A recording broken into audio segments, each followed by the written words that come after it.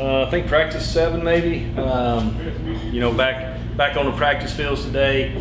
Had some new installs, so I think you saw that early on in our practice. A lot of teaching periods, a lot of installation, which is good. And I told the quarterbacks, it's a good challenge for you guys that we continue to try to install things, challenge those guys mentally if they'll prepare the night before, because it kind of gets into what the season's like, right? When you're game planning and you're doing different things each week, and hey, this might be a little wrinkle to this, the way we originally installed it or whatever. So it's always good for me to see how the quarterbacks handle that install. Those guys have a lot on their plate playing that position. The old saying, you get too much credit when you play well and you get too much blame when you don't play well. That's real for these quarterbacks. And so I think their job is we expect those guys to know what we know as a coach on the field. And the best ones I've ever had, that's what they do and do well. So it was good to challenge those guys. We'll watch the film and see how it went. We had a couple of hiccups here and there, but overall was pleased with today's practice. I thought our energy was good coming off the scrimmage. I thought we rebounded and went out there and practiced and wanted to be out there and practice. And my experience over the last 10 years or so is that the teams that really enjoy going to practice, especially trying to improve and get better, not just kind of going through the motions, are the ones that have a chance to be pretty good. So it's always good to see those guys. And I think we got a lot of guys on our team that love football, and that's a big part of it, because obviously playing Division I athletics at any Division I school, there's a lot on you, a lot on your time, handling academics and all that stuff. So it was good to see those guys come out and respond today, and I thought we made a lot of progress. Okay, questions? Tuesday was your first full scrimmage of spring. What did you learn from that day? Yeah, I thought we learned a lot, because it was really just a base scrimmage. Like, not a lot of junk on defense, not a lot of special things on offense. Line up, put the ball down, hand it off, or throw it if it's an art, whatever it is, and see who can block and who can tackle. And you saw it real quick, because you got to remember now, practice is different, because we'll go 4-play sets or 5-play sets in practice, right? And they kind of got an idea of what's coming, obviously studying ahead. But you get out there on the field, and then the situations pop up as the game goes, and they have to react and get the signal and process it. It's a whole different ball game. So I thought it was really good to see our quarterbacks react to that. I thought they all did some good things. They all messed up some things, which was pretty much expected. But overall, I thought it was a positive scrimmage, lots to clean up, and I think we learned a lot. I think those quarterbacks will learn a lot. They'll be much better, I think, the next time we scrimmage. Specifically, Mikey King, he had one interception, but how did he look during the scrimmage from your perspective? Yeah, he was good. He looked like a guy that's played a lot. You could tell, almost like a veteran guy. He made a mistake there on third down, and of course the receiver made a mistake as well. So it's one of those deals where people don't always see the big picture, but Mikey's he understood that right there probably shouldn't go the ball when it gets cloudy. You shouldn't go to that direction. But overall, I thought Mikey was really solid. Does a great job handling the team on the sideline. Does a great job on the field communication.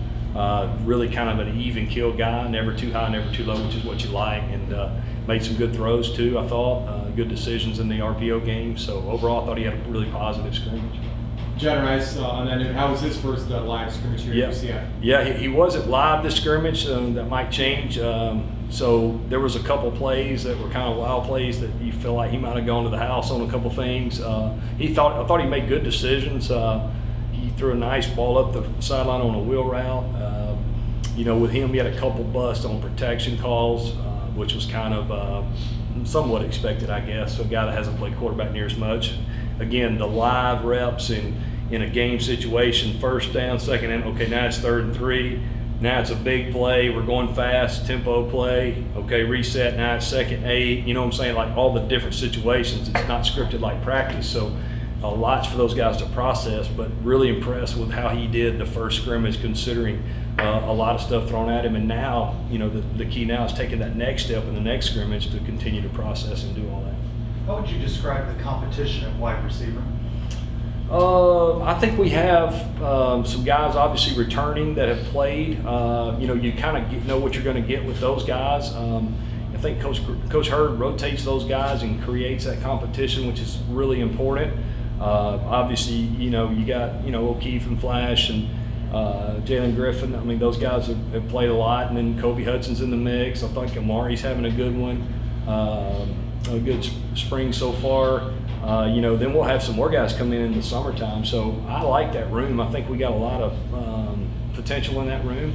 Some guys that are already somewhat established and played, but we need that next group of guys to take that next step. And that's why we're trying to create the competition, rotate them through with different groups. I know Thomas is a young guy, but when we talk to players sometime asking, who had a good day, and he was making some plays, he scored some flashes. So how's Thomas looking out there, Thomas Castellano? Yeah, he's doing well for a guy that probably should be in high school, I guess. Kip Malzahn said it the other day in front of the team that he hadn't even been to his prom yet, so that's kind of funny. But, he's obviously very talented. His whole deal is just, the terminology and getting the protections right and doing all those things. But the thing that I really like about him is he's really trying to work at it. You got to remember, he's really coming in here like it's a lot different, from a terminology standpoint and what he's required to do. So I think he's doing really well considering his age. He's a very talented guy for sure, but lots to clean up with him but the future looks very bright for him for sure. Coach, what's it like having that much speed where you can move it around? And do you want to move guys around like Flash and O'Keefe, or you want to keep them in one spot? Yeah, no, I think if you go back and look at what Coach Malzahn's done forever, is he figures out who does things well and puts them in those spots, whether they play inside, outside, or whatever. It is nice to have some flexibility for sure. And especially some veteran guys. It's not always just having guys that can run and that are good athletes, but they got to understand what's going on too, the little nuances of route running and when to make the decision to do this or do that. And so that's nice to have those. Really got, I guess, 3 or 4 veteran guys if you count Kobe, and Mari's played some, and we've got a couple other guys that are working their way into the mix as well. But definitely nice to have that ability to do that for sure. The Athletic had a story the other day about potentially adding, one-way radios to quarterback helmets in college. Obviously, it's been a thing in the NFL for a long time. I don't know if you heard about that. Yeah. I mean, would you, as an offensive coordinator, I would think you would support something like that you would be able to communicate. Like, do you have any thoughts on that? No, 100%. I wish they'd do it. I mean, personally, I've never even talked to Coach about that. But I mean, for me personally, yes, I would love to do it. I think there's it'd probably make the game go a little faster, I would think, as far as the game times, and obviously you don't have to worry about near as much of all the people instilling signals and doing all that stuff. So at the end of the day, you do what you're allowed to do, but I think that'd be a positive thing, and maybe there's some negatives to it that I don't know yet because I've never been able to do it, but I definitely think it'd be nice to be able to talk to them.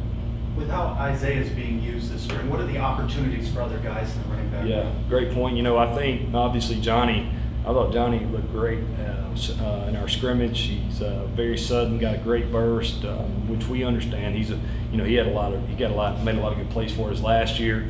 I think that group, if you look at that unit, obviously RJ's still recovered. He's not released yet, but he's very talented. I know I've seen enough of him to know that from video from last year. And then obviously Mark Anthony came on strong. I think that group, I don't know that I've ever been around a group right now that's that deep like I think we have. Now, at the same time, guys get banged up as the year goes, so you're going to need them. I mean, one year at Troy, I was down to 1 scholarship running back, and my walk-on got hurt, and I had to get a guy off the street that was delivering food, Uber Eats and all that. He had been a walk-on there before, and he had kind of hung it up. We talked him into coming back, and because the only running back we had left, this was in 2019, he had 86 plays in one game. It was too many. He was a warrior now.